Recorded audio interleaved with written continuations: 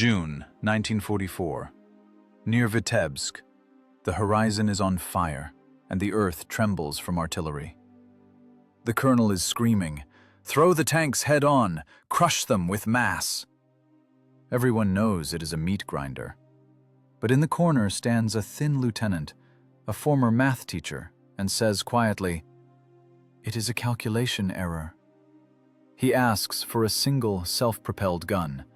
No infantry, no support, and he heads into the swampy forest where, according to all the maps, heavy machinery cannot pass. And then begins the thing that later made German voices crack over the airwaves. Columns of trucks carrying ammunition and fuel drive into a perfectly calibrated trap. Explosions follow one after another, fire spreads, people scream in the smoke, escort tanks burn before they can even traverse their turrets. The Germans report a breakthrough by a tank brigade and massed artillery, but in reality, it is just one machine and 4 men. But the most terrifying thing is not the fire or the casualties.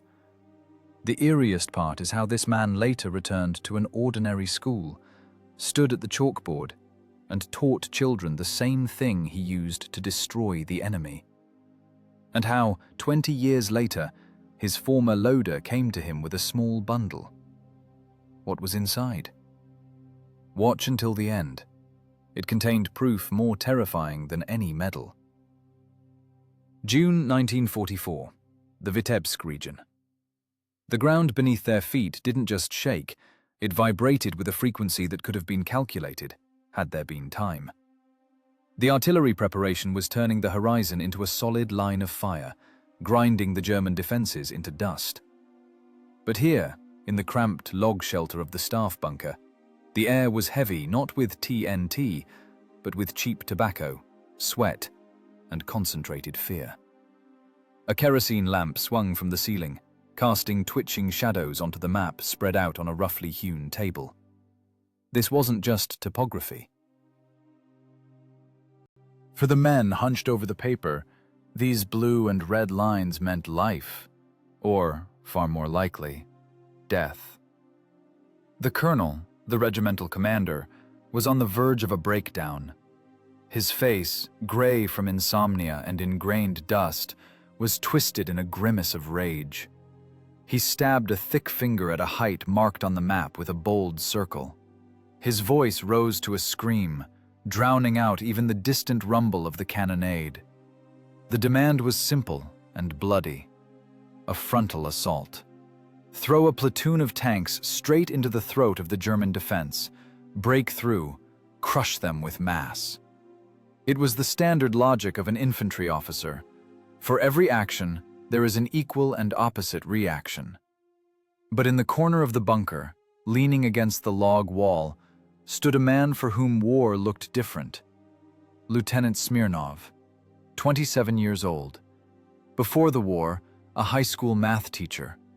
Now, the commander of an Su-85 self-propelled artillery gun. He didn't look like a hero from a propaganda poster.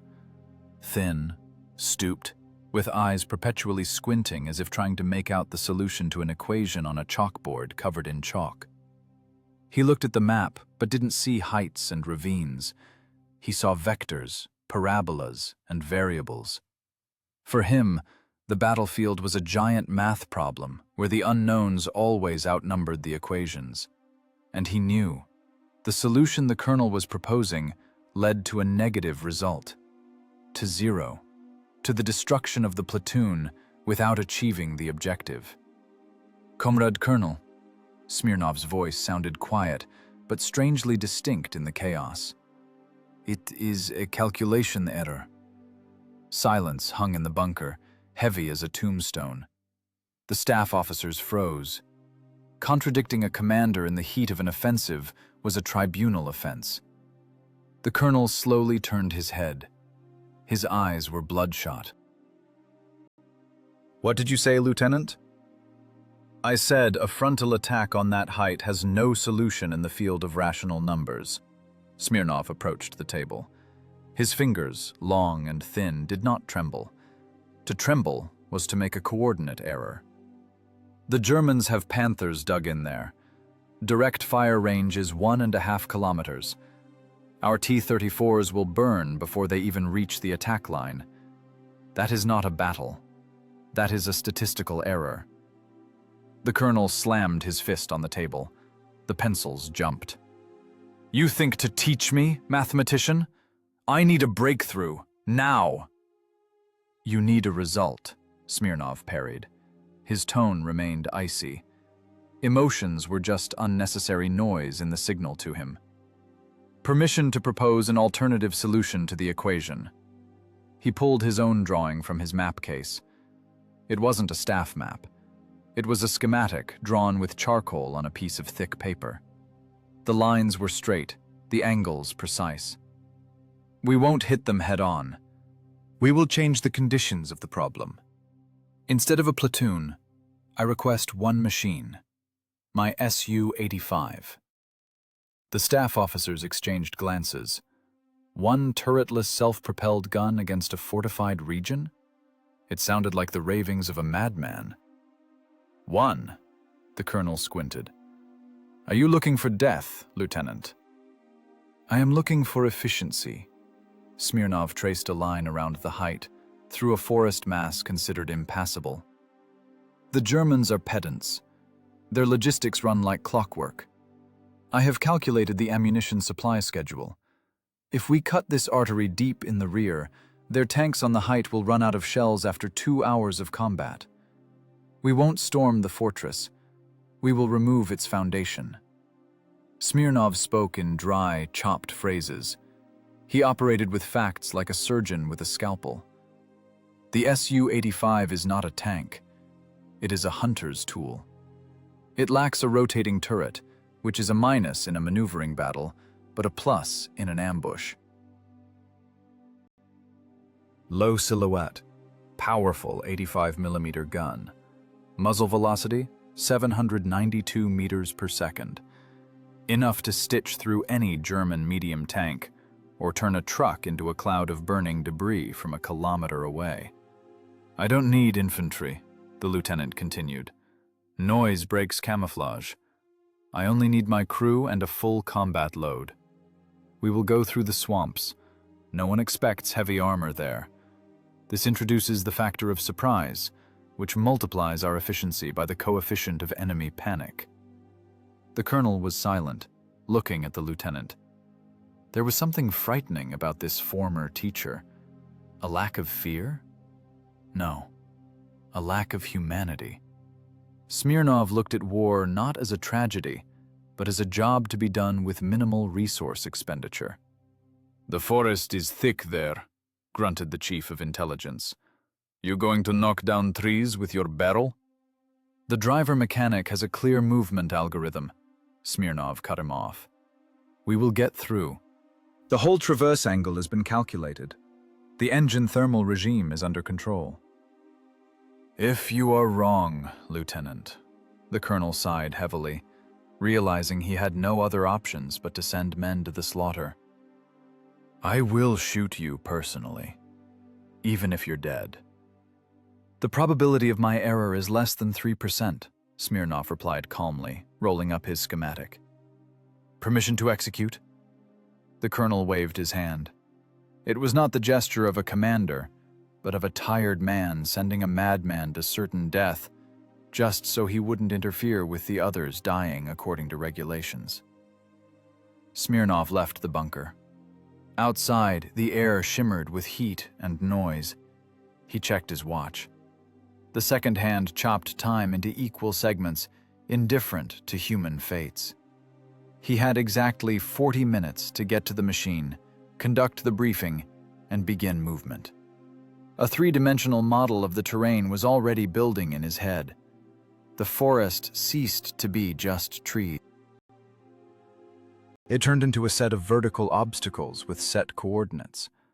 The swamp became a variable of soil viscosity, and the German supply column, somewhere out there, 15 kilometers away, currently loading crates of shells, turned into a target, into an X that had to be found and destroyed.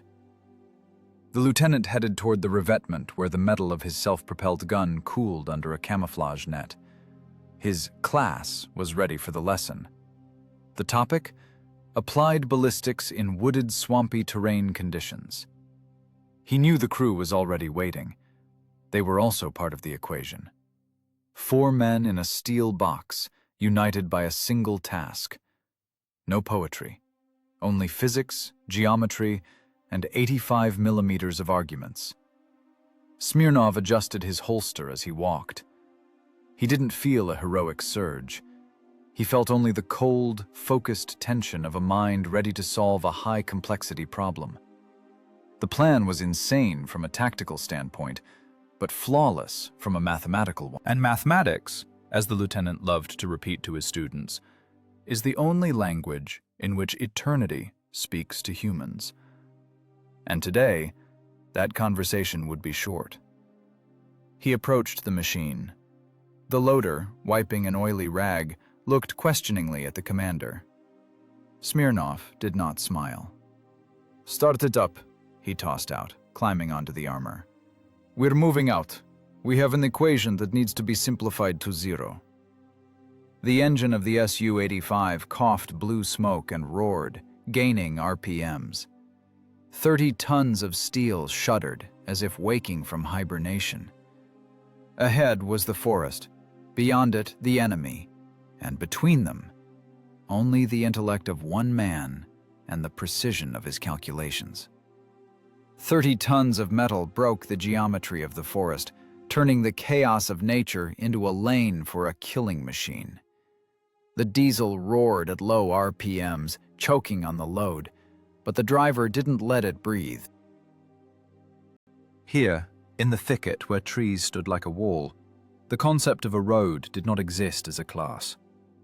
There existed only a vector of movement, set by Lieutenant Smirnov. The tracks bit into moss and roots, tearing up chunks of sod. The steel hull of the self-propelled gun worked like a battering ram, knocking over young pines with a crack. This didn't look like a march. It was heavy, dirty, physical work to overcome the resistance of the environment. Inside the fighting compartment, the heat was dense as cotton. The fan couldn't keep up. The air was saturated with diesel fumes, the smell of hot oil and human sweat. The crew was silent. Every sound from outside, the crack of a breaking trunk or the screech of a branch against armor, echoed in their ears like a bell. They had gone deep into the rear, 15 kilometers from the front line, and this distance pressed on their psyche harder than the frontal armor. There were no friendlies here. Here, every bush could hide a grenadier. Every clearing could be their last. The isolation was absolute. Communication was cut to avoid unmasking their position through radio traffic.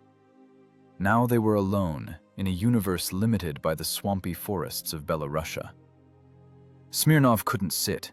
He stood, pressed against the periscope, scanning the space. In his head, the map of the area overlaid reality. The forest wasn't just cover, it was a system of equations with variables of visibility and trafficability. "Left 5 degrees. His voice in the headset sounded dry, emotionless. "Hold azimuth. We must reach the intersection point at a tangent." The driver yanked the lever. The machine lurched, the track screeching as it slipped on a damp route but then caught. The self-propelled gun, rolling over deadwood, crawled slowly forward, pushing apart the green mass. 20 minutes later, the forest parted. They had reached Point X, a crossroads. 4 dirt roads met here, forming a perfect geometric figure. Around it lay dense brush and century-old spruces, creating a natural amphitheater. The spot was chosen brilliantly, a low-lying area hidden from eyes, yet allowing control of all 4 directions. Smirnov assessed the position. Angle of view, 180 degrees. Effective fire range, up to 800 meters in any direction. This wasn't just a crossroads. It was a ready-made coordinate system for plotting a graph of death. "Stop engine," the lieutenant commanded. The engine went silent. The silence that fell upon the crew was deafening. The ringing in their ears after the diesel's roar made it hard to focus. Smirnov opened the hatch and climbed out onto the armor. The heat hit him in the face. Mosquitoes immediately swarmed his sweaty face, but he paid them no mind. He jumped to the ground. His boots squelched in the damp moss. He needed to see it with his own eyes. Not through the prism of optics, but in reality. He didn't pull out the staff map. It was too general, too approximate for the jewelry work they were about to perform. Smirnov walked to a fallen birch, tore off a piece of bark, and took a charred piece of coal from his tunic pocket. "Comrade Lieutenant," the gunner leaned out of the hatch, his face pale under a layer of soot. "What if they don't come this way?" "Wehrmacht logistics do not allow for improvisation." Smirnov didn't turn around. He was drawing a schematic on the white side of the birch bark. "The shortest distance between the warehouse point and the front point is a straight line. This crossroads is the only node that can support the weight of loaded trucks. They will be here. It is inevitable, like the law of universal gravitation." Black, bold lines appeared on the bark. Smirnov broke the firing sector into zones. Zone A, entry into the trap. Zone B, kill zone. Zone C, withdrawal. He returned to the machine and showed the schematic to the driver. "Drive the machine into that brush over there. In reverse. I need the barrel looking strictly at the intersection of the roads. Minimum elevation angle. We must become part of the landscape." The driver wiped sweat from his forehead with a dirty mitten. The task was on the verge of impossible. The Su-85 isn't a tank with a rotating turret. To aim the gun, you have to turn the entire hull. An error in positioning the machine by 5 centimeters meant that at the crucial moment, there wouldn't be enough horizontal traverse angle to turn the cannon. And turning the tracks during a shot meant throwing off the aim and losing precious seconds. "I'll do it, Commander," the driver answered hoarsely. "But there's a stump. It'll take some sweat." The filigree work began. 30 tons of steel had to be fitted into the space between 2 huge spruces so as not to break them and unmask the position with fallen branches. The driver worked with jeweler's precision.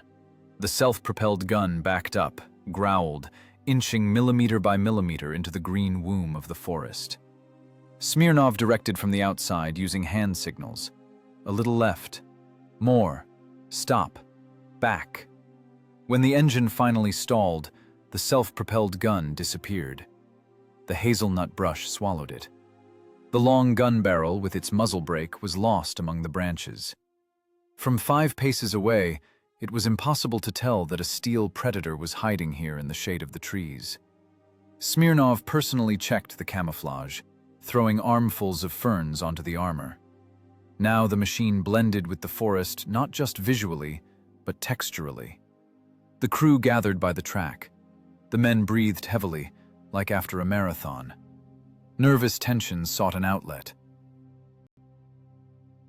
The Loda, a sturdy village lad, twirled an empty shell casing in his hands, using it as an ashtray.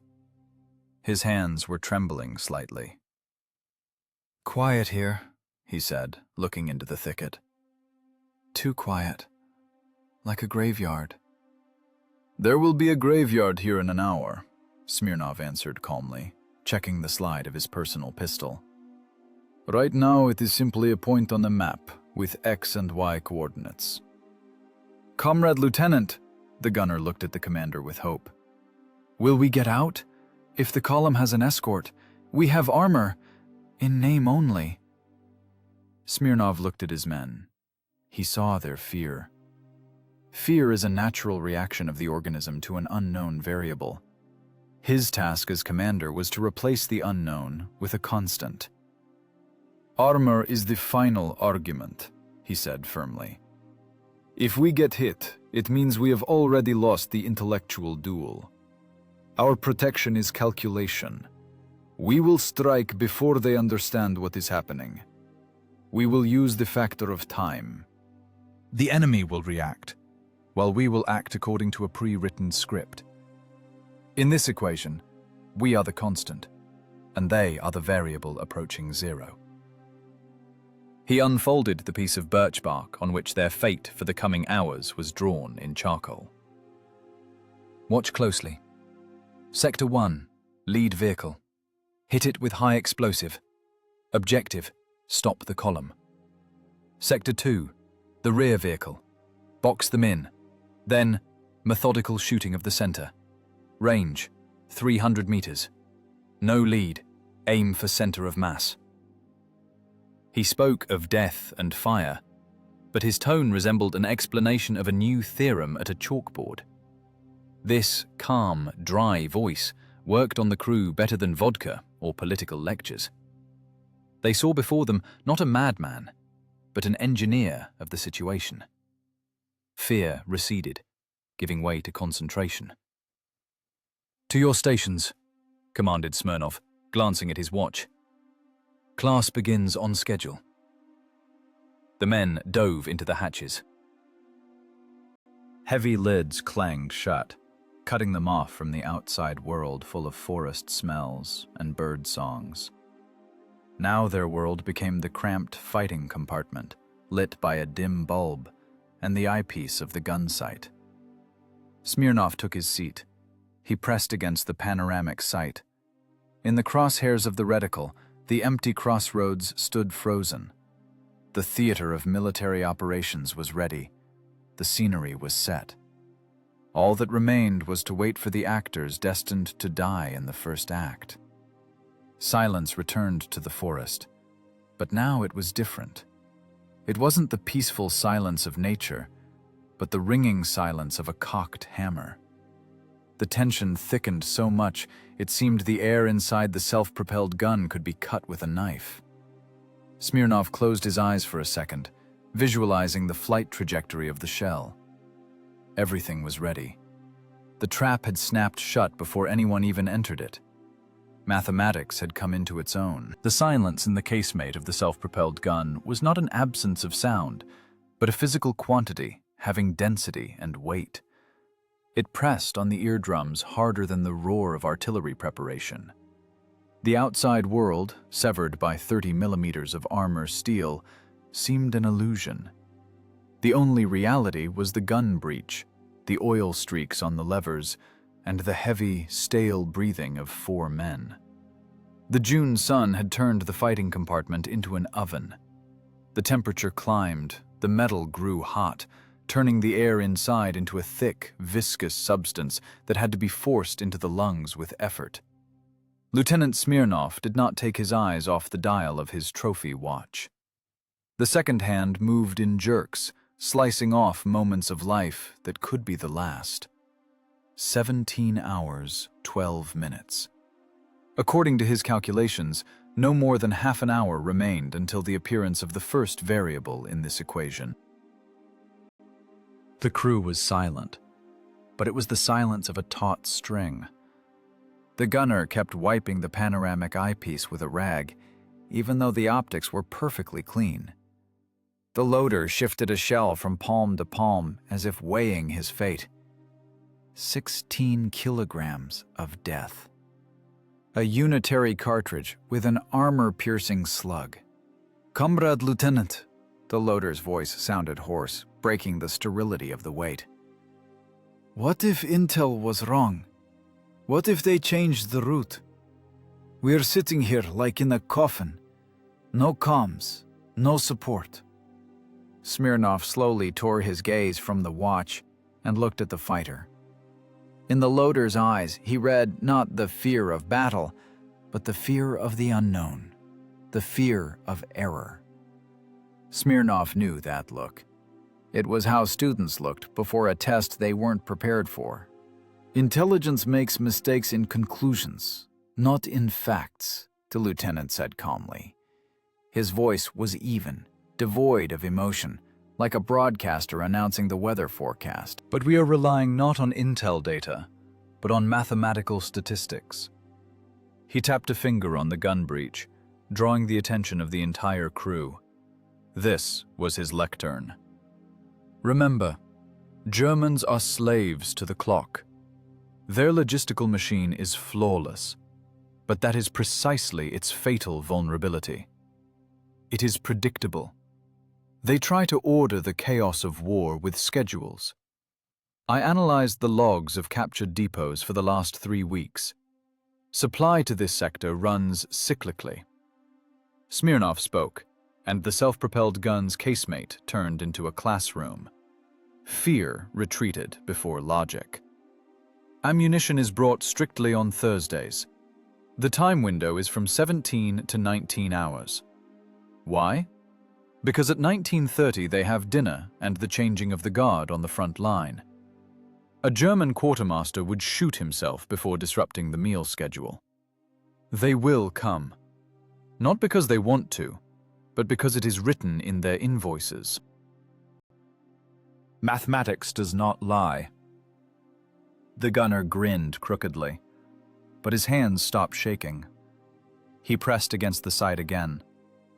The commander's faith in numbers was contagious. It provided a foothold where common sense screamed of danger. Time dragged slowly, like molasses. 17 hours, 35 minutes. The forest beyond the armor lived its own life. Somewhere a bird cried. Wind rustled in the tops of the spruces. But the crew of the Su-85 filtered completely different sounds out of this natural noise. Hearing, sharpened by adrenaline, worked like the most sensitive acoustic instrument. "I hear it," whispered the driver mechanic. He sat closest to the front armor plate, and the vibration of the earth reached him first. Low tone. Heavy vehicles. Smirnov nodded. He felt it too. A barely perceptible trembling of the hull. It wasn't a T-34 with its characteristic clanking. It was the smooth, satiated hum of German diesels. The sound approached from the east, strictly on the azimuth of one of the crossroads paths. The calculation was confirmed. Theory was transitioning into the practice phase. "Attention!" Smirnov commanded. His tone changed. Now he was not a teacher, but the operator of a complex destruction system. "Armor piercing. Sight. Constant. Lead. 0. The breech clanked. The loader rammed the shell into the chamber with such force that the metal seemed to groan. The heavy sliding wedge breech block closed with a predatory click, cutting off the way back. Now death lived in the barrel, ready to burst out at a speed of almost 800 meters per second. The rumble grew. Now it could be distinguished even without straining. Motors roared strenuously, overcoming the rise before the intersection. Smirnov looked through the periscope. The green wall of brush hid them reliably, but it also limited the view. They would see the enemy only when he appeared in the kill sector. Range, 300 meters. At such a range, it is impossible to miss with an .85 caliber. But they would also have no chance to survive if the first shot wasn't fatal. "Hands not shaking?" asked Smirnov without looking up from observation. "To shake is to make a calculation error." "No, sir, Comrade Lieutenant," the gunner responded. His breathing became even, rhythmic. He merged with the aiming hand wheels. Now he was not a man, but a servo drive of the gun. The sound of engines filled the entire space. It seemed the forest vibrated in resonance with the Opel engines. Smirnov imagined the column. The lead vehicle, likely a half-track APC or light tank. Behind it, canvas-covered trucks packed with crates of shells, mines, canned food. They are driving relaxed. Drivers smoking, elbows resting on open-door windows. The officer in the cab of the lead vehicle is perhaps dozing or checking the route on a map. They are confident they are deep in the rear. They believe in their Ordnung, in their order, in their safety. They do not know that a bold period has already been placed on their movement graph. 17 hours, 48 minutes. the hood of the first truck appeared around the bend. Grey, dusty, with the tactical sign of an infantry division on the fender. Behind it crawled a second, a third. Smirnov counted them like variables that needed to be cancelled out. The formula of battle instantly flashed in his mind. Target speed, about 30 kilometers per hour. Distance closing. Angle of encounter, ideal, almost 90 degrees. Side profile, the most vulnerable part. The German column was pulling into the intersection. They moved tightly. The distance between vehicles was no more than 10 meters. It was a mistake. A gross, unforgivable mistake, paid for with life in war. The bunching of vehicles meant that a single strike could block movement for everyone. Smirnov waited. He needed the entire snake to crawl into the destruction zone, for the tail of the column to exit the forest and the head to butt up against the far edge of the crossroads. "Wait!" he hissed through his teeth. The gunner froze. His finger lay on the electric trigger, white from tension. Every second of delay seemed like an eternity. His heart pounded in his temples, drowning out the noise of the motors. But an order is an order. There was no democracy in this machine. Here, there was a dictatorship of intellect. 17 hours, 51 minutes. The lead APC drew level with the distinctive pine tree that Smirnov had marked on his schematic as the start point of the destruction graph. The German machine gunner on the armor lazily adjusted his helmet, looking straight into the bushes where 30 tons of death lay hidden. He looked, but didn't see. The human eye is incapable of distinguishing a camouflaged threat in the chaos of foliage if the brain doesn't expect to see it there. "Fire," Smirnov exhaled.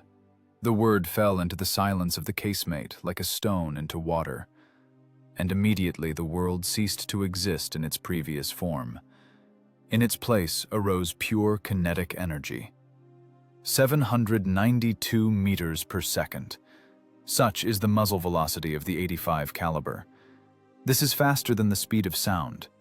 This is faster than the reaction speed of the human nervous system. The driver of the lead half-track transporter died before his ears could transmit the signal of the shot to his brain.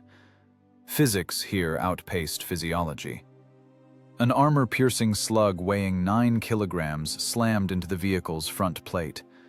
Steel met steel, and kinetic energy instantly converted to thermal. The armor failed. The shell stitched through the engine compartment, turning the engine into shrapnel, punched through the cab partition and exited through the rear, gutting the troop compartment.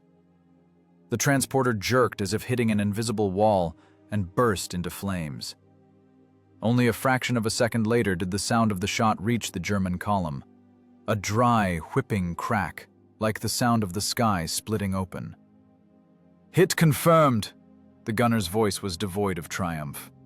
It was a statement of fact, like a checkmark on a ledger. "Shift fire, tail of the column, rear truck, range 350, high explosive." Smirnov's commands sounded faster than the crew's thoughts. He gave them no time to realize the horror they were creating. He loaded them with work. The loader, working like an automaton, had already rammed a new shell. The clank of the breech coincided with screams from outside, which, however, were not audible. Through the periscopes, the world looked like a silent movie about a catastrophe. The second shot blew the rear Opel Blitz to splinters. The HE shell hit the bed where crates of mortar mines lay. The detonation was monstrous. The truck simply vanished in a cloud of fire and black smoke. The blast wave flipped the vehicle in front of it. The column stopped. The trap slammed shut. 2 burning carcasses, front and rear, locked 8 trucks in a fiery bag on a narrow forest road. 6 minutes of hell began. 6 minutes during which Lieutenant Smirnov solved the equation of destruction. The Germans were professionals. Even in this situation, when the world around them was collapsing, They tried to act according to regulations. Guard soldiers spilled out of the truck beds, taking defensive positions in the ditches. A machine gunner on an intact truck tried to traverse his turret. But they didn't understand the main thing, where death was striking from. The echo in the forest bounced between trees, distorting the sound. It seemed to them that the shots were coming from the other side, from the thick spruce forest.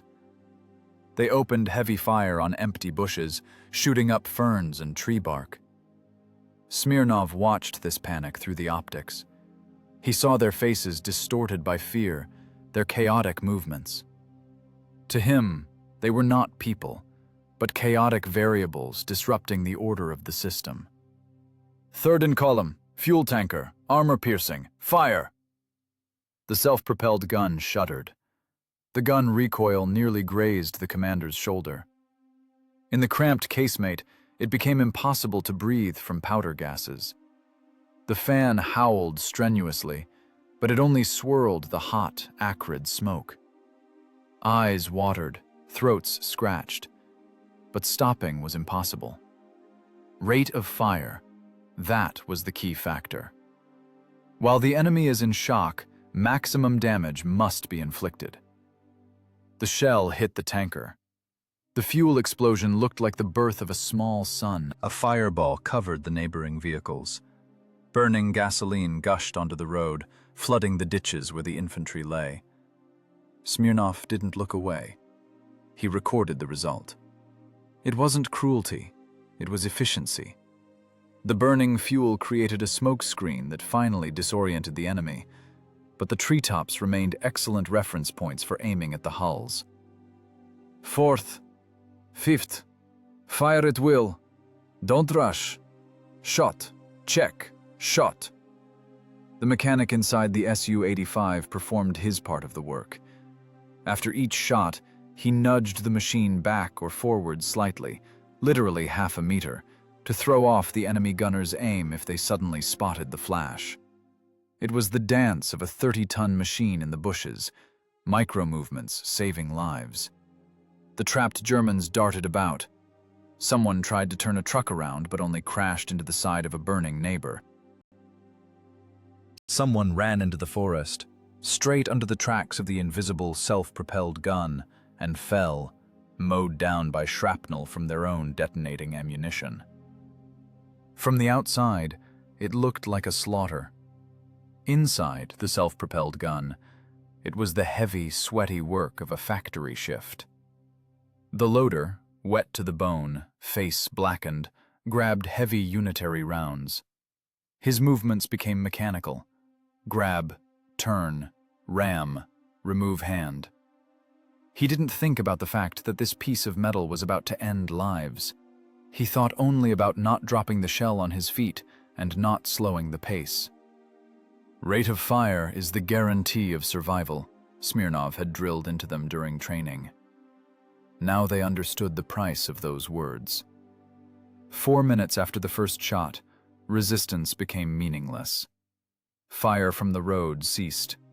There was no one left to shoot. Those not killed by shrapnel and fire were demoralized and pinned to the ground by the heat of the blaze. Smirnov looked at the crossroads. This was no longer geometry. It was a picture of the apocalypse. 10 units of equipment had turned into a pile of scrap metal. Skeletons of trucks blackened in the flames. Ammo explosions in the truck beds continued, throwing sparks and tracers into the sky. "Cease fire!" the lieutenant commanded. Silence didn't return immediately. Ears rang. Outside, fire crackled and metal tore, but the gun fell silent. "Usage?" asked Smirnov. 12 rounds, Comrade Lieutenant," wheezed the loader, sliding down the casemate wall. He breathed heavily, greedily gulping the stale air. 12 shells. 12 shots. 10 destroyed targets. Efficiency coefficient 0.83. Smirnov nodded to himself. That was acceptable. "Start up," he told the mechanic. Repositioning. Shift to reserve. Point Beta. Maybe we leave, Commander? The gunner spoke up. We smashed them. Now everyone within a 20-kilometer radius will flock here. Smirnov shook his head. No, we aren't finished. We destroyed only the vanguard. Logistics abhors a vacuum. The next column will come to the place of the destroyed one. The movement schedule I calculated predicts a second echelon in 20 minutes. We must be ready. He became the teacher again, explaining obvious things to difficult students. Leaving now means leaving the work half done. We aren't just destroying trucks. We are creating a jam. We are building a barricade from their own corpses and iron. And when the next ones arrive, they will have nowhere to go. They will butt into this burning jam and become ideal targets. The self-propelled gun roared, and breaking bushes crawled deeper into the forest, leaving the smoking hell of the crossroads behind. Smirnov didn't look back. He was already building a new schematic in his head. The conditions of the problem had changed. Now obstacles in the form of burning equipment appeared on the board, limiting the firing sector, but also preventing the enemy from maneuvering. The equation was getting more complex, but that made solving it all the more interesting. Position beta differed from the first only by the angle of view, a shift of 12 degrees to the east. For the geometry of battle, this meant the frontal armor of German vehicles turned back into a vulnerable side profile. Smirnov didn't change location globally. He only shifted the firing point to stay in the shadow of the forest mass. He knew logistics are more important than casualties. The German supply schedule is a steel mechanism that doesn't stop due to the disappearance of one gear. If the first column didn't arrive, the second wouldn't turn around. It would run into the jam and become a new variable in the equation of destruction. Exactly 19 minutes passed. The calculation was confirmed with frightening accuracy. Heavy MAN trucks appeared around the bend. They moved confidently, making up for lost time. The drivers hadn't yet seen what awaited them ahead, behind the wall of spruce, black smoke and the pile of twisted metal into which the vanguard had turned. When the lead vehicle of the second column flew onto the crossroads, the driver slammed on the brakes. The squeal of rubber drowned out the engine noise. Before him was a wall of fire. Carcasses of Opels blocked the road, creating an impassable jam. The rear vehicles, unable to react in time, began to pile up, bunching together. The Germans had driven themselves into a trap, creating an ideal target. Dense, stationary, panicking. Conveyor mode. Smirnov's voice was dry as the crackle of static electricity. Range 300, high explosive, rapid fire. Now it wasn't a hunt. It was the work of a factory press. The Su-85 turned into a machine for processing equipment into scrap metal. The aesthetics of a sniper shot gave way to brute productivity. Fire! The gun barked, throwing out a sheaf of flame. The barrel recoil was sharp and powerful. The heavy breech wedge clanked, opening the chamber. A smoking casing, brass ringing, flew onto the ribbed floor of the fighting compartment. The casemate instantly went dark from powder fumes. Ready! The loader's scream drowned in the howl of the fan, which wailed strenuously, trying to pull out the toxic smoke, but only mixed it with the hot air. The loader worked at the limit of human physiology. 16 kilograms. That's how much a unitary cartridge weighed. Lift from the rack on the floor. Turn in the cramped space without hitting the breech or the commander. Ram into the barrel with one fluid motion so as not to pinch fingers in the closing wedge. Remove hand a fraction of a second before the shot. And do this every 12 seconds. Sweat poured off him in streams, washing away the soot on his face, turning his tunic into a wet rag. Back and arm muscles burned with fire. In this chain, man-machine, the man was the weakest link. The steel of the barrel could withstand hundreds of shots, but the loader's hands had a fatigue limit. "Tempo!" commanded Smirnov. He had no right to pity. Pity now would mean giving the enemy a second to recover, deploy guns, and strike back. While the hammer strikes, the anvil remains silent. Inside the self-propelled gun, the temperature passed 40 degrees Celsius. It was no longer a casemate, but a branch of hell. Eyes watered from acrid smoke, throats scratched as if filled with broken glass. Smirnov didn't tear himself away from the observation device. His brain worked, cutting off everything extraneous. Heat, stench, fatigue. Only vectors remained. The shells landed with surgical precision. A high-explosive round tore open the side of a canvas-covered truck, turning the contents of the bed into splinters. The next shell went into the cab of a fuel truck. The second column burned just as brightly as the first, but now the chaos was absolute. The Germans tried to save themselves. The driver of the rear vehicle, realizing death lay ahead, threw it into reverse. The heavy truck jerked back, but slipped its wheels into a deep, swampy ditch. The axle crunched. The vehicle tilted and froze, blocking the retreat path for the others. "Boxed in," stated Smirnov. "Left sector. 2 vehicles by the pine. Fire!" The jam of burning equipment grew. It was a terrible sight if viewed through the eyes of a humanist, but magnificent through the eyes of a war engineer. Piles of metal created an artificial landscape. Burning carcasses became barricades for the living. Germans hid behind wheels and frames, but the .85 caliber punched through trucks, reaching the infantry with shrapnel on the other side. "Barrel overheating," reported the gunner.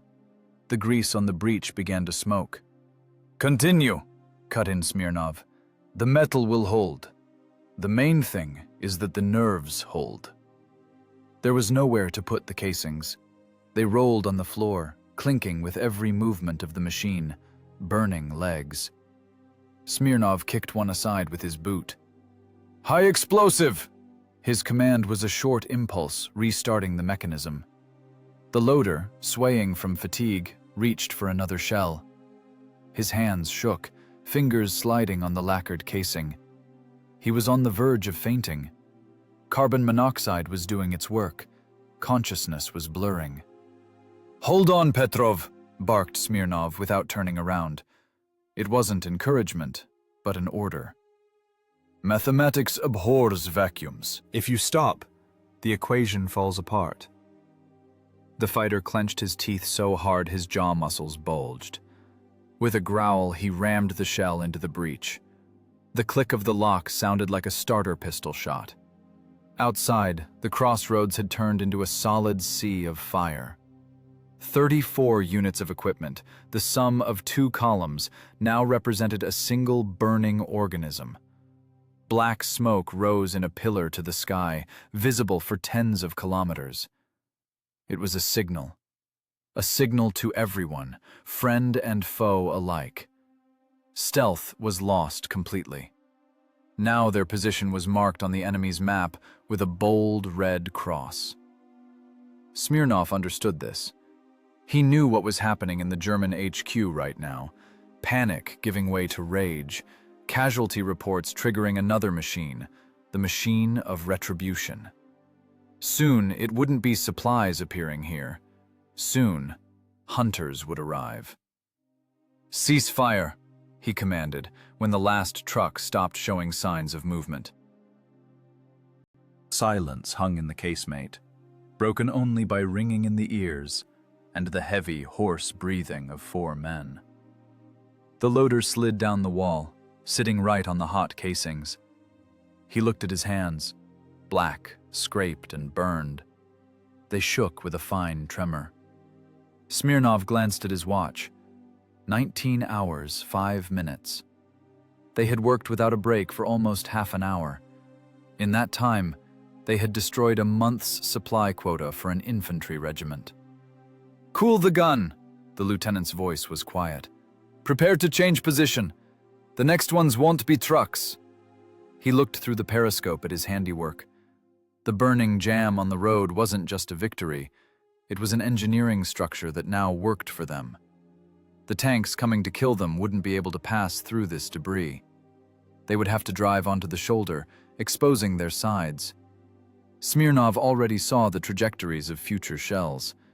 The equation was getting complicated, but a solution still existed. Ahead was the most difficult stage, meeting an opponent of equal strength.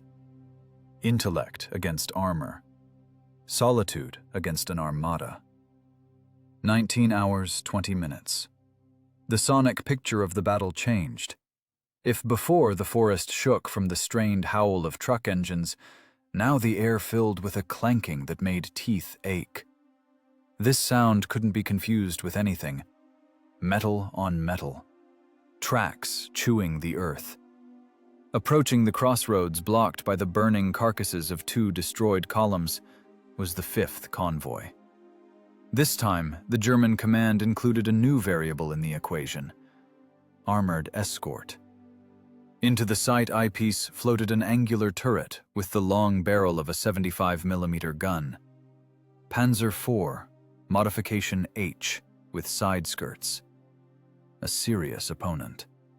A duel with such a tank at 300 meters is a lottery where life is at stake. It has a rotating turret.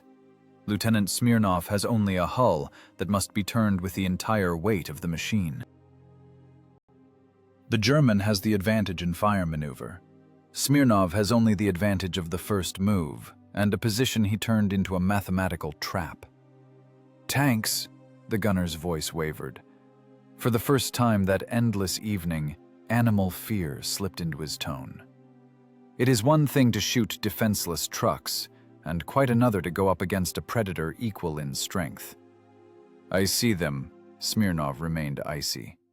To him, this tank wasn't a monster, but a set of armor plate thicknesses and slope angles. Stay calm. They don't see us. They see only smoke and chaos. The German tankers were cautious. The lead panzer stopped short of the zone of solid fire. The commander of the German machine leaned out of the hatch, assessing the situation. He saw the mountain of burning metal blocking the road. He understood. Ambush. Suddenly, the German tank's turret jerked and began to turn. The barrel, looking like the pointing finger of fate, slowly crept toward the brush where the Soviet self-propelled gun was hiding. "Spotted," exhaled the mechanic. "No," cut in Smirnov. "That's prophylactic. They're sweeping suspicious sectors. Sit tight. Fire only on command." The first German shell exploded 15 meters to the left. The shock wave lashed the armor like a giant whip. The earth heaved, showering the casemate with clods of mud and sheared branches. The crew instinctively pulled their heads into their shoulders. A second explosion thundered closer. Shrapnel drummed on the hull, striking sparks. It was probing fire. The Germans were provoking them to respond, to spot the flash and cover them with aimed fire. The situation became critical. The men's nerves were stretched to the limit. They wanted to pull the trigger, answer, strike, anything to end this passive waiting for death. But Smirnov knew. A premature shot is an error in the equation that leads to an inequality not in their favor. "Wait," his order sounded quiet but weighty. "Watch the road. They will punish themselves." Smirnov's logic worked here too. The German tanks, trying to bypass the blockade of trucks, began to maneuver. But the road was narrow and the shoulders swampy. The lead panzer, trying to squeeze between a burning fuel truck and the ditch, was forced to expose its side. It found itself trapped. Fire on the left, swamp on the right, pushing trucks of its own column behind. It lost maneuverability. It became a static target. "Range 300, under the turret, armor piercing," Smirnov dictated the parameters of death. The gunner, wiping sweat from his eyes, caught the junction of the hull and turret of the German tank in the crosshairs. It was the most vulnerable spot. "Fire!" The self-propelled gun jumped from the recoil. Inside the cramped casemate, it went dark with smoke again. But Smirnov wasn't looking at the instruments anymore. He was looking through the periscope. The shell, flying at 792 meters per second, found its target. A spark of impact, then a tiny black hole in the side. A second of silence. And then the German tank tore apart from the inside. Ammunition detonation is terrible physics. The 20-ton turret was torn from the ring and thrown into the air like the lid of a boiling pot. A pillar of flame shot vertically upward. "Got him!" yelled the loader, forgetting regulations. But the fight wasn't over. The second German tank, following behind, reacted instantly to the flash. Its turret swung around with frightening speed. Shot. The shell struck the front armor of the self-propelled gun. The blow was so strong, it seemed the world cracked in two. The lights went out inside the casemate. The men went deaf. Ringing in the ears drowned out all sounds. Smirnov was thrown against the sight, splitting his brow. Blood flooded his eye. "Report!" he rasped, trying to focus his vision. "Ricochet!" shouted the mechanic. "Armor held! Slope angle saved us!" The sloped armor of the Su-85 played its role. The German slugs skipped off the steel sheet and went into the sky, leaving a deep gouge. But the enemy wouldn't give them a second chance. "Load!" Smirnov wiped the blood with his sleeve. "He's reloading. We have 8 seconds. That is an eternity." The second Panzer panicked. Seeing the death of his commander and having taken a hit to the armor, even without penetration, the German mechanic yanked the levers back. The tank jerked, trying to reverse, and slammed its rear hard into the armored personnel carrier coming up behind. The screech of crumpling metal drowned out the roar of engines. The Germans created a jam again. They locked themselves in the firing sector. "Lead 0, direct fire, center of hull, fire!" The second 85mm shell stitched through the front armor of the Panzer IV. The tank didn't explode, but it froze. Thick black smoke poured from the hatches. The crew began to bail out, falling under machine gun fire from infantry panic firing in all directions. In the self-propelled gun's casemate, there was no air left to breathe.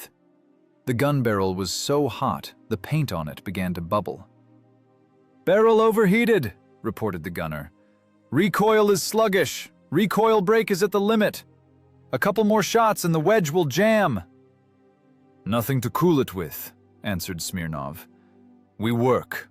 As long as the iron holds, we shoot." The convoy was stopped. 2 escort tanks burned, turned from hunters into piles of scrap metal. The remaining trucks, stripped of protection, began turning around right on the road, creating perfect chaos.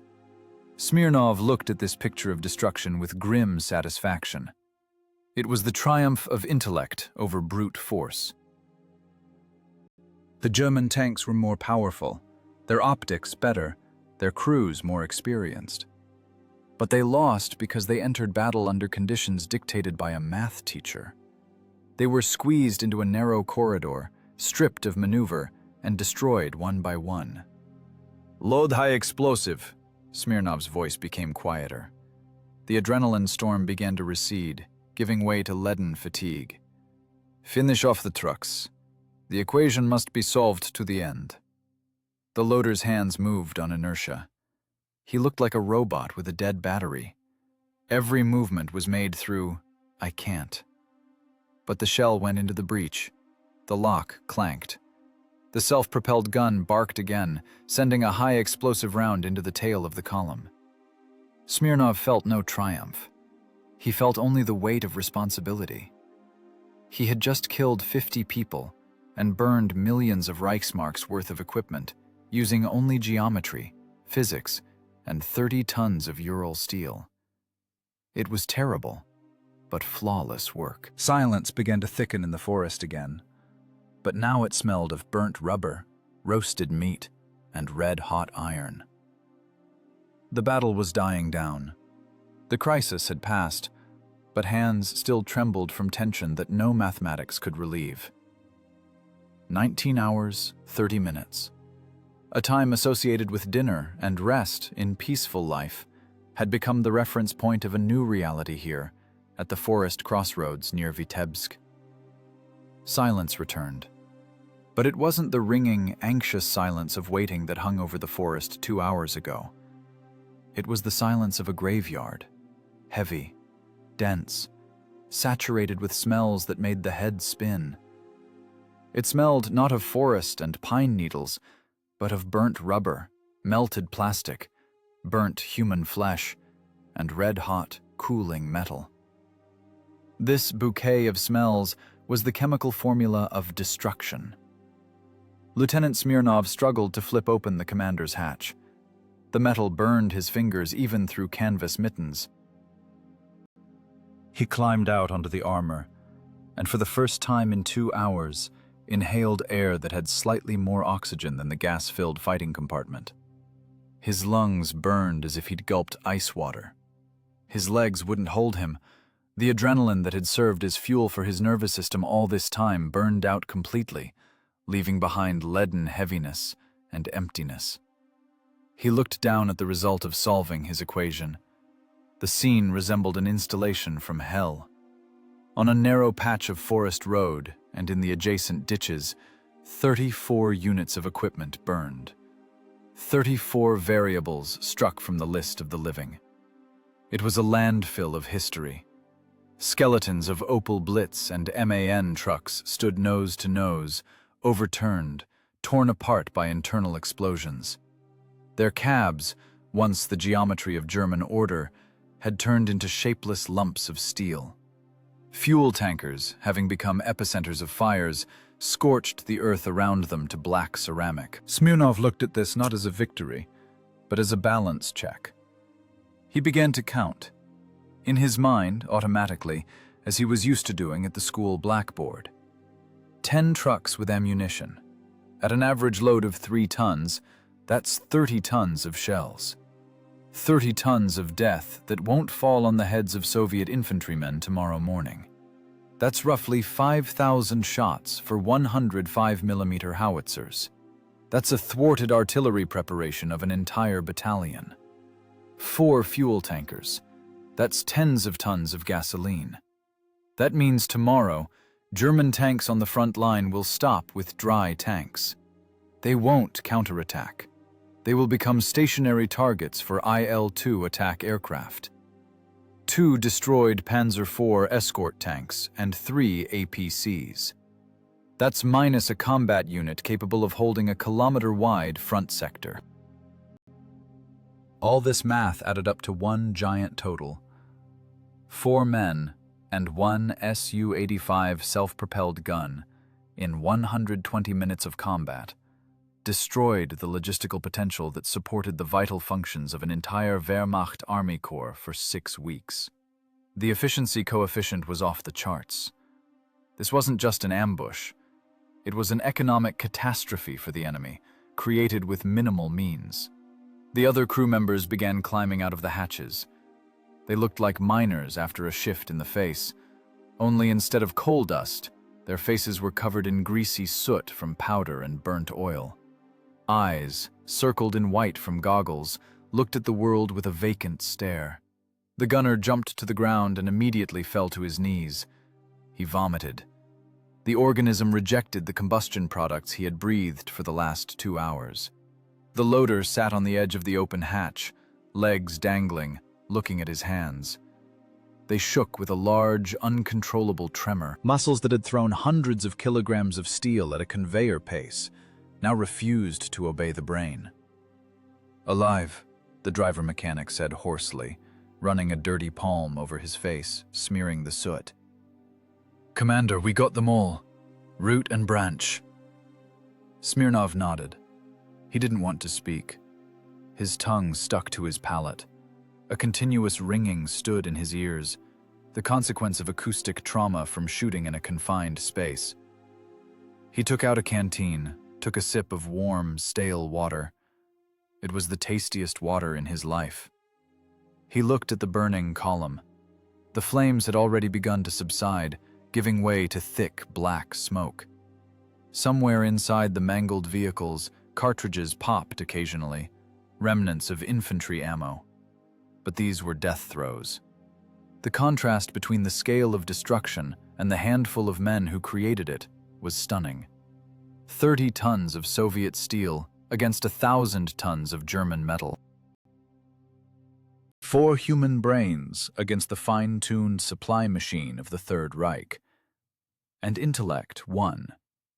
Won not by heroism, not by self-sacrifice, but by precise calculation of lead, knowledge of enemy psychology, and ruthless exploitation of his mistakes. Smirnov understood. Right now they were at the center of the target. Smoke from the fire was visible for tens of kilometers. German aviation had surely received the coordinates. A reconnaissance Focke-Wulf could appear any minute. "In the vehicle," he commanded. His voice was quiet, raspy, but the crew heard. The order worked like a reflex. The men began slowly, overcoming leaden fatigue, to return to their steel womb. "We're leaving," Smirnov said, descending into the casemate. "The equation is solved. Verification complete. History will give the grade." Inside the self-propelled gun, the heat was still unbearable. The breech metal radiated heat like a Russian stove. The floor was strewn with spent casings, on which feet slipped as if on ice. Smirnov kicked one of them, clearing a spot. The engine, which the mechanic had shut off for just a couple of minutes to let it cool, roared again. But now this sound seemed familiar and soothing. It was the sound of life. The Su-85, black with soot, with paint scraped off by trees, slowly crawled back into the saving shadow of the forest. Tracks clanked, grinding up brush. The machine left the scene of the crime, leaving behind mountains of corpses and iron. Smirnov glanced one last time through the periscope at his handiwork. The sun, dipping toward sunset, colored the smoke in blood-red tones. It was a terrible but majestic spectacle. This was war stripped of romance, reduced to the pure function of destruction. They went deep into the forest mass, dissolving into the twilight. Fatigue fell on them with all its weight. Arms and legs filled with heaviness, eyelids stuck together. But they couldn't sleep. They had to get as far away as possible, change grid squares, confuse the trail. The German punitive machine is slow, but inevitable. They would soon start hunting for them. But that would be later, tomorrow. Today, they had done the impossible. They proved that one self-propelled gun, guided by mathematics, is worth an entire regiment. Smirnov closed his eyes. In the darkness before his inner gaze, burning trucks still stood, falling like dominoes. The graph drawn on birch bark had become reality, and this reality was written in fire and steel. The machine deepened into the thicket. The forest closed behind the stern, hiding the tracks. The crew was silent. There was nothing to talk about. The numbers on the scoreboard of war had changed, and they were the ones who changed them. 4 tired men in oily overalls. The return trip took almost 3 hours. The Su-85 crawled to the positions of its regiment, already in deep twilight. The machine looked as if it had returned from the other world. The paint on the sides was scorched and blistered. The camouflage net turned into tatters, hanging like black scabs. The armor reeked of burning so strongly that sentries on the perimeter, used to the smells of war, involuntarily grimaced and turned away. It wasn't just the smell of burnt diesel. It was the concentrated spirit of destruction that had eaten into the metal at the molecular level. Lieutenant Smirnov jumped off the armor. His legs buckled. The earth seemed unnaturally soft and shaky after the hard, vibrating floor of the fighting compartment. He didn't feel his body. It was a foreign, wooden instrument that had to be forced to take a few more steps. It was 100 meters to the staff bunker. 100 meters along a trench that seemed endless. Inside the bunker, nothing had changed. The same kerosene lamp, the same stale air saturated with tobacco, the same map on the table. Only the tension was different. If in the morning it was the hysteria of powerlessness, now it was the sullen expectation of bad news. When Smirnov entered, conversations ceased. He looked ghastly. His face, a black mask of soot and oil on which only eyes and teeth shone white. His tunic, wet with sweat, stuck to his body. Blood from his split brow had caked on his sleeve. He didn't salute. He simply had no strength left for regulatory formalities. He walked to the table and leaned heavily on it with his hands, leaving dirty prints on the map. "Report, Lieutenant." The colonel's voice was hollow. He looked at Smirnov not as a subordinate, but as a ghost that wasn't supposed to return. The HQ had already written him off. One self-propelled gun in the enemy rear is a one-way ticket. Survival statistics in such raids trend towards zero. "Mission accomplished." Smirnov's voice sounded hoarse, as if from a well. "Logistic node in grid 1462 destroyed. Movement blocked." "Be specific," the colonel frowned. "What does destroyed mean? You hit a couple of trucks and ran?" "Destroyed 34 units of equipment," Smirnov said dryly. 10 trucks with ammunition, 4 fuel tankers, 15 vehicles with food and supplies, 2 Panzer IV tanks, 3 armored personnel carriers. Enemy manpower, about a company. Losses on our side, 0. Ammunition expenditure, 32 shells. Silence hung in the bunker. The officers exchanged glances. The artillery chief chuckled nervously. The colonel slowly rose from his chair. His face flushed. "Are you telling me fairy tales, Lieutenant?" he began quietly, but with a threat. 34 units? With one machine? Without support? Do you take us for idiots? Do you realize I can court-martial you right now for a false report? It is not a lie. It is statistics. Smirnov didn't back down. There was no excuse in his voice, only cold statement of fact. I used the schedule factor. I hit them on a timetable. "What damn timetable?" yelled the colonel, slapping his palm on the table. "It's war out there, not a railroad. Germans aren't idiots to drive under fire by the clock." "Idiots if forced to be." Smirnov reached into his tunic pocket. Instead of a staff map marked with colored pencils, he laid a piece of birch bark on the table. Dirty, sooty, with uneven edges. On the white side, a schematic was drawn in charcoal. It wasn't a tactical document in the usual sense. It was a graph, a time axis and an event axis. Curved lines of firing sectors, crosses of destroyed targets with detonation times noted. "Here is the report," Smirnov said. "Combat timeline. 1751, head of first column. 1757, end of phase 1. 1820, arrival of second echelon. 1845, destruction of escort tanks. Everything is documented." The colonel looked at the piece of bark as if it was something alien, a child's drawing. Rough charcoal strokes. But behind those strokes stood such confidence, such icy logic, that the desire to yell faded. The bunker door flew open. The chief of intelligence flew into the room, out of breath, headphones around his neck. His eyes burned with a feverish shine. "Comrade Colonel," he blurted out, not noticing Smirnov. "Intercept! The Germans are howling in the clear on the air. Panic in sector Vitebsk South. Screaming that Russians broke the front with a tank brigade. Reporting massive use of heavy artillery in their rear. Demanding aviation. Saying the road is blocked by a wall of fire. Colossal losses. Core supply paralyzed."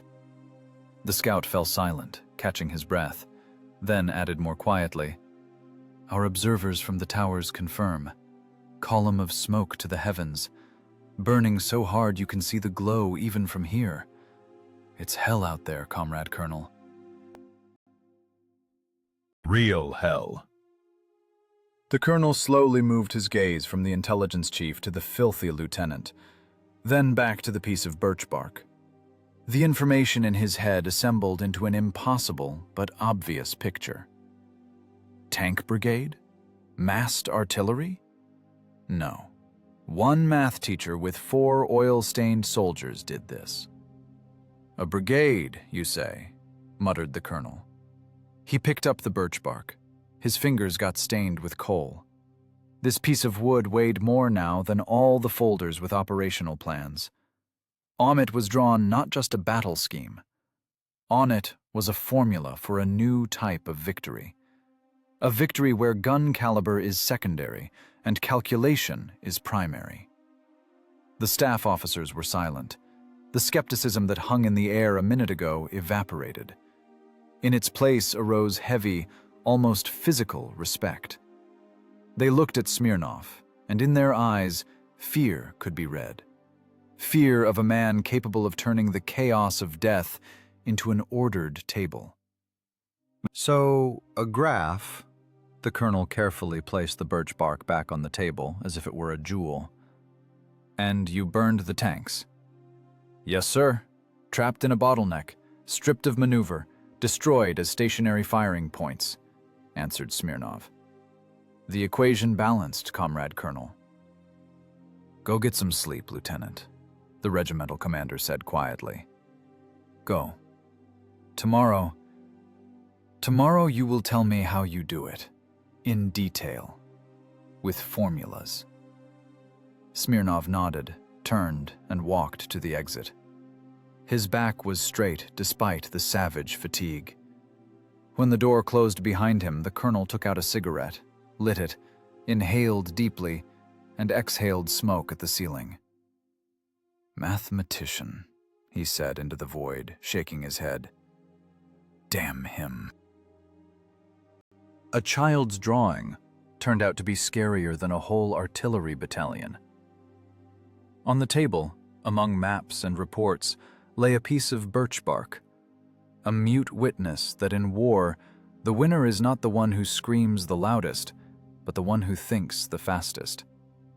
Lieutenant Smirnov's experience wasn't filed away in a dusty folder marked "Keep Forever," to be forgotten on a staff archive shelf. War is a cruel but pragmatic teacher.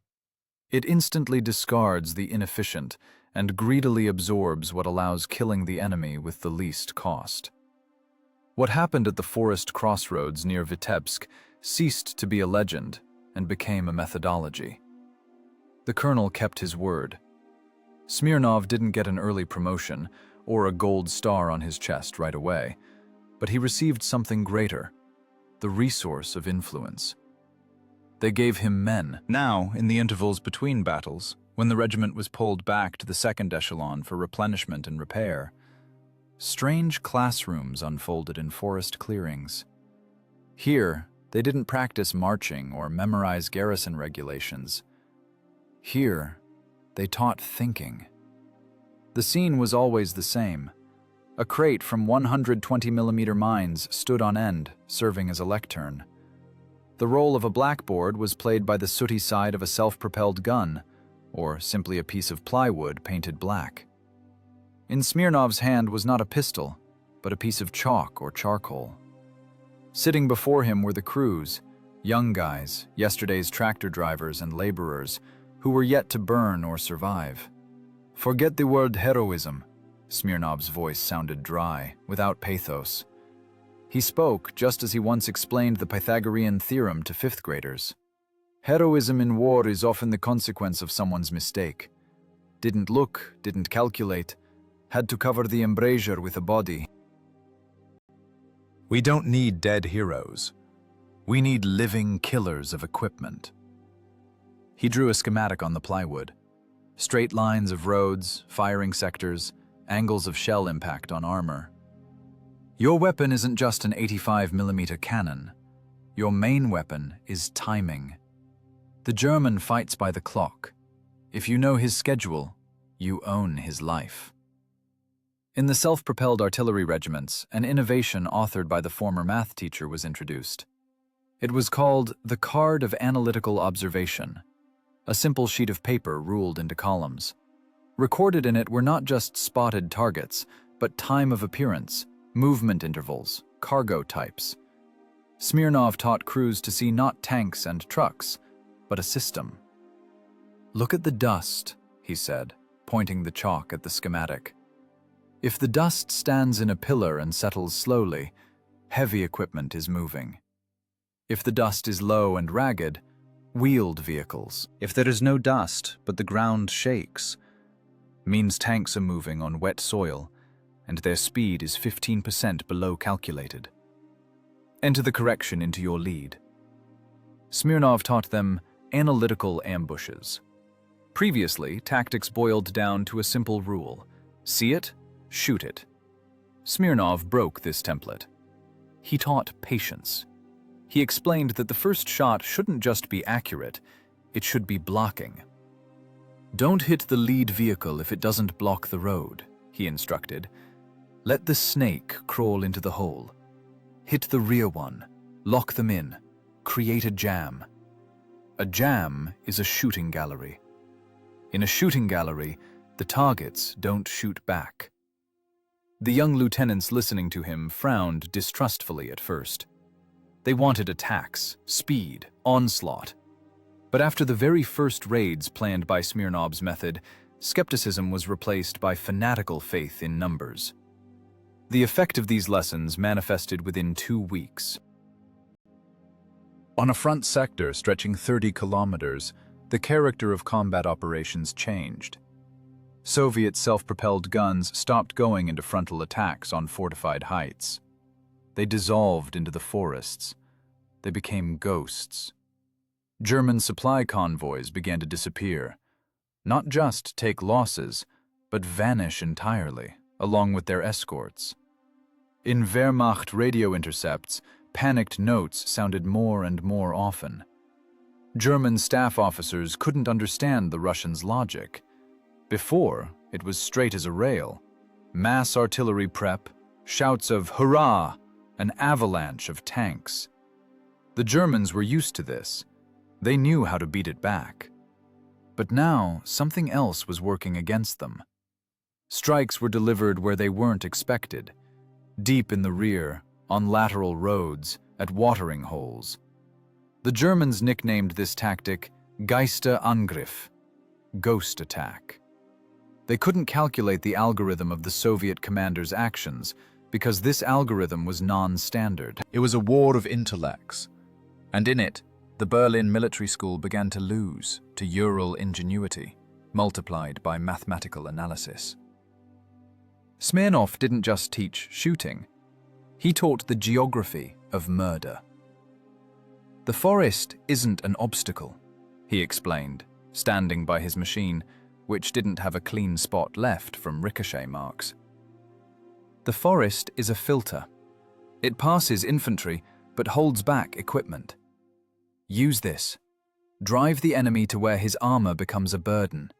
Turn their tanks into coffins before the shot." Once, a general from Army HQ arrived for the classes. He stood aside for a long time, listening as a grimy senior lieutenant, the rank came 3 days after the battle at the crossroads, explained the mechanism of destroying German order.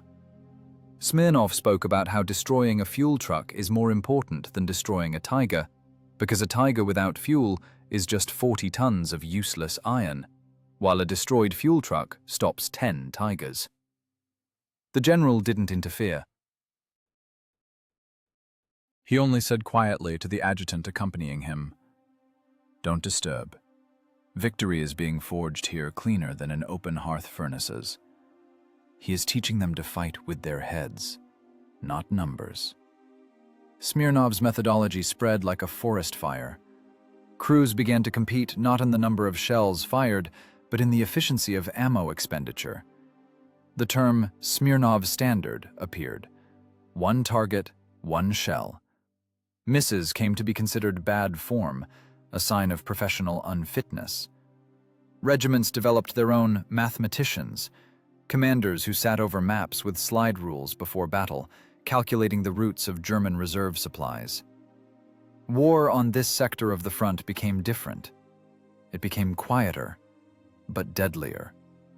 The roar of cannonades was replaced by short, dagger-like strikes from ambushes. The Germans responded by strengthening column escorts, running armored patrol rail cars on the tracks, cutting down forests along routes. But it didn't help.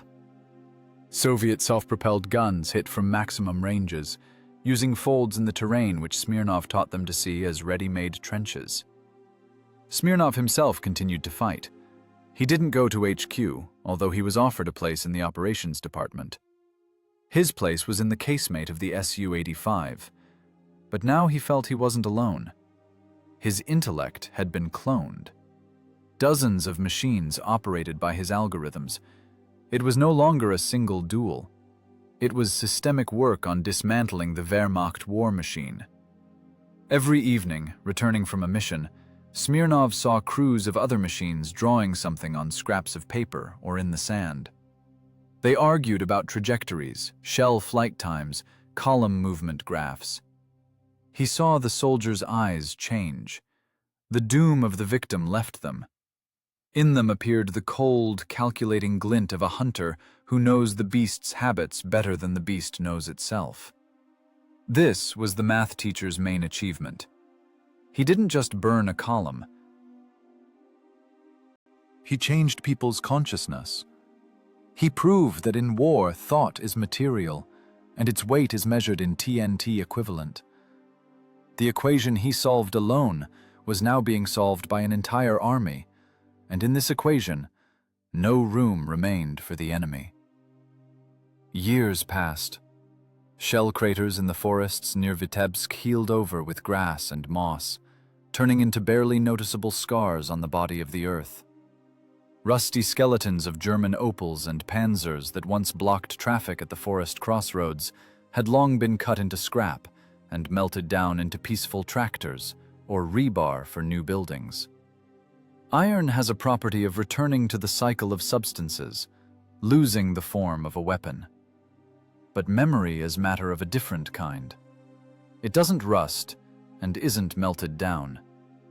Silence stood in the classroom of high school number 4, broken only by the scratch of chalk. Ivan Ivanovich Smirnov, math teacher, was drawing a parabola graph on the board. He was well past 50. His hair had gone completely gray.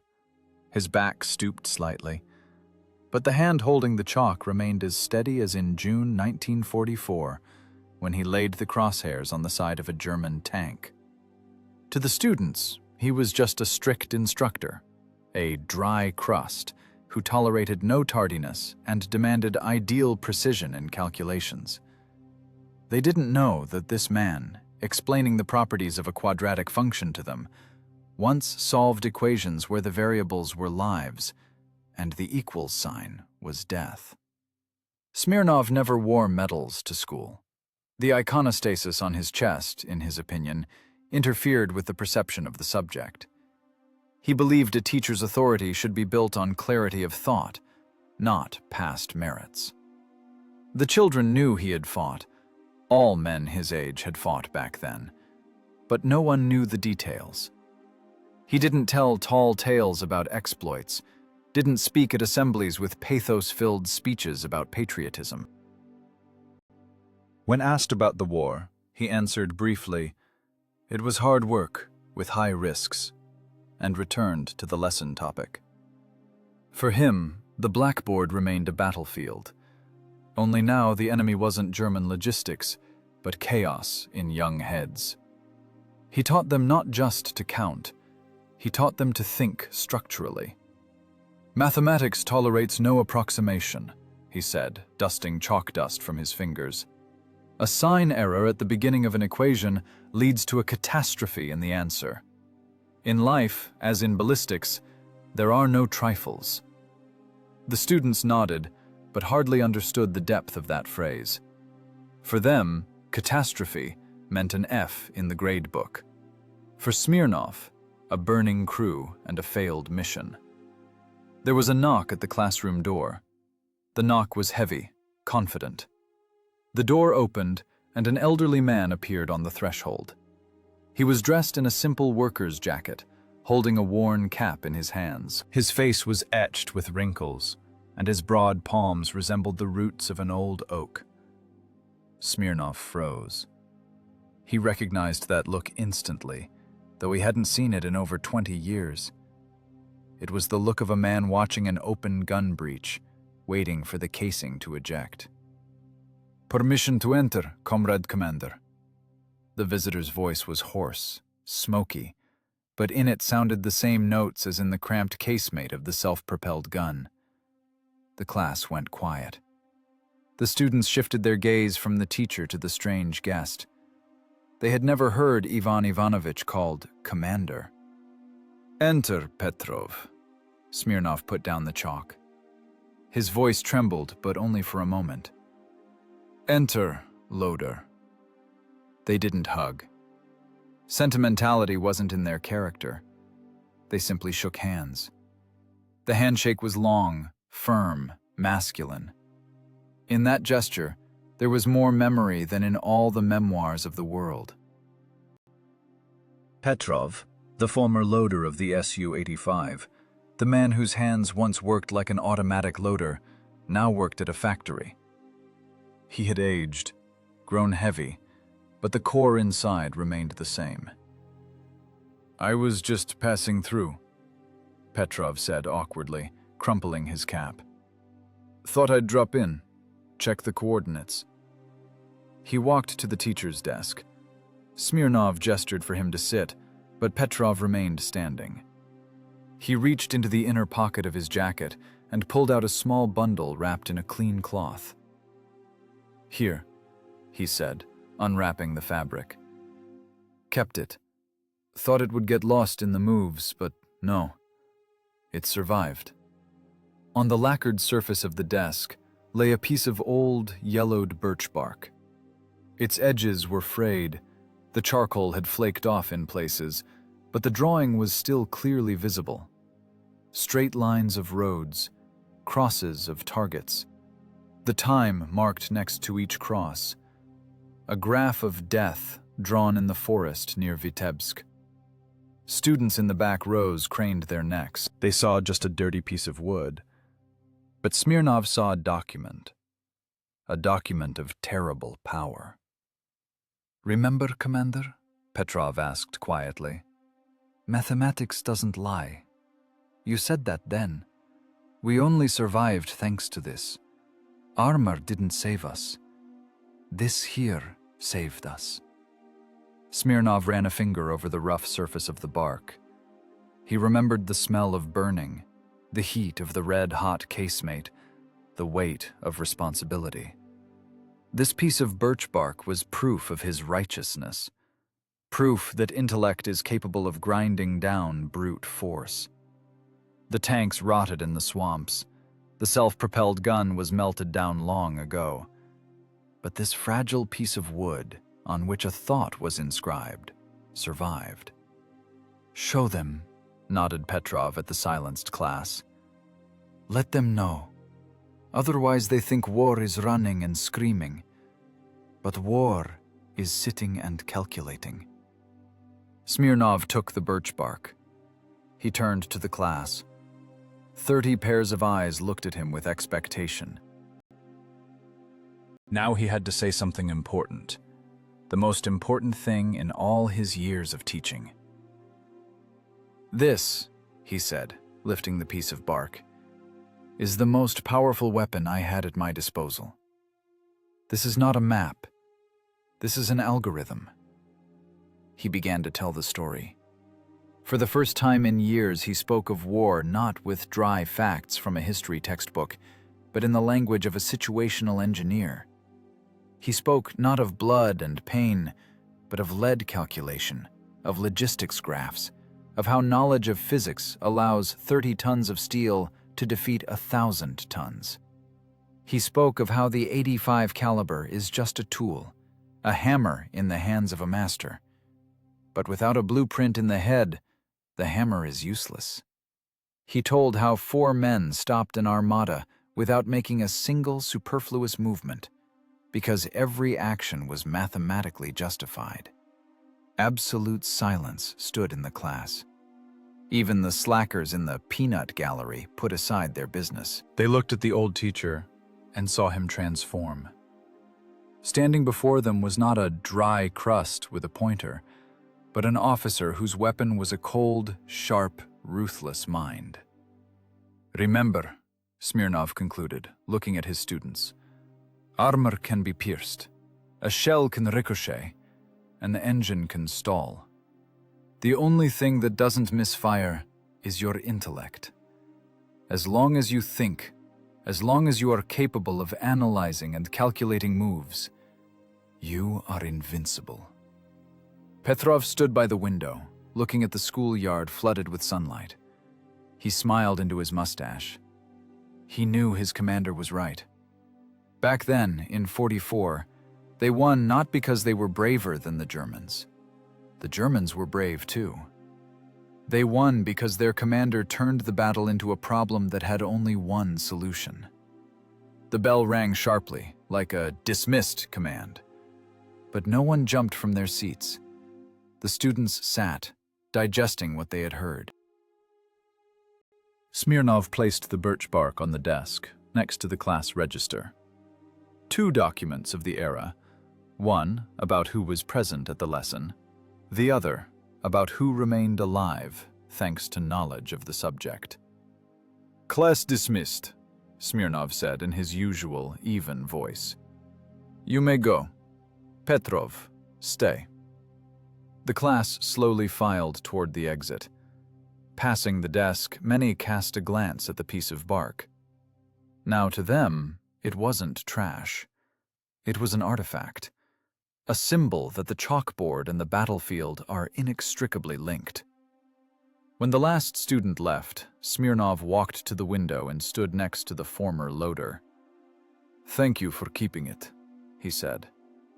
"Thank you, Commander," answered Petrov, "for the fact that we didn't make a calculation error back then." Outside the window, peaceful life buzzed. Children ran around the yard, laughed, played ball. They didn't think about ballistics and trajectories. They didn't need to know the killing power of a high-explosive shell. And that was correct. That was the very result for which Lieutenant Smirnov once solved his deadly equation in the forests near Vitebsk. But Smirnov himself knew. The war ended only on maps. The battle of chaos and order, stupidity and intellect, continues forever. And in this battle, his weapons were now chalk, a board, and 30 young minds whom he had to teach the main rule of survival. Before acting, one must think. The story of Lieutenant Smirnov did not fade into oblivion. It remained here, in this classroom, encrypted in formulas on the board. Pencil, patience, and intellect. A triad that turned out to be stronger than any armor. And as long as there are people capable of solving the equations of life with cold calculation, humanity has a chance not to turn into a statistical error of history.